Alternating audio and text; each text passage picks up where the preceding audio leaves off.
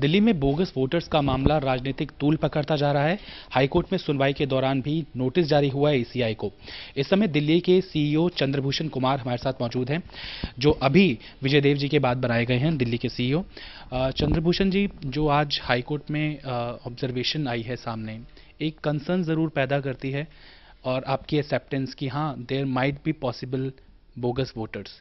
कितना बड़ा ये इशू बन सकता है इलेक्शन में, और इसके लिए क्या कुछ इलेक्शन कमीशन अपनी तरफ से तैयारी कर रहा है? मुझे लगता है सबसे पहले आपको ये समझाना ज़रूरी होगा कि जो मल्टीपल एंट्री होती है वोटर लिस्ट में और आप जो बोगस वोटिंग की बात कर रहे हैं, दोनों के बीच में थोड़ा सा गैप है ना।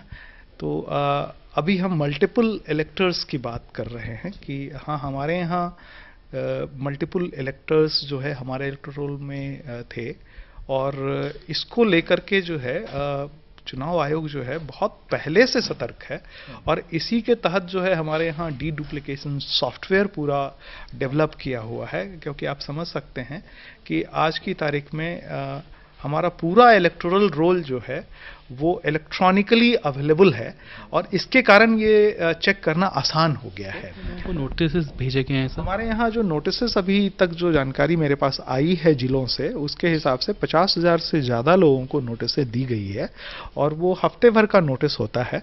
तो उसके बाद जो है उस पर अगले स्टेज में कार्रवाई की जाती है। जानकारी आपने दी कि स्यू मोटो हम नहीं कर सकते डिलीट, लेकिन इस बार इलेक्शन कमीशन ने वो स्पेशल पावर इस सीईओ को दी है कि आप इस तरह की पावर का इस्तेमाल कर सकते हैं।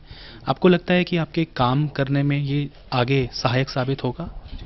ये इस चीज़ को ध्यान में रखते हुए कि हमारे यहाँ ज़्यादा से ज़्यादा जो हमारा इलेक्टोरल रोल हो सही हालत में रहे, और उसके लिए जो है ये ज़रूरी है कि हमारे को ये जो मौका दिया गया है चुनाव आयोग के द्वारा, उसमें ये कॉशन भी हमारे लिए है कि किसी भी ऐसे व्यक्ति का नाम डिलीट ना हो जाए जो वाकई जेन्युइन वोटर है।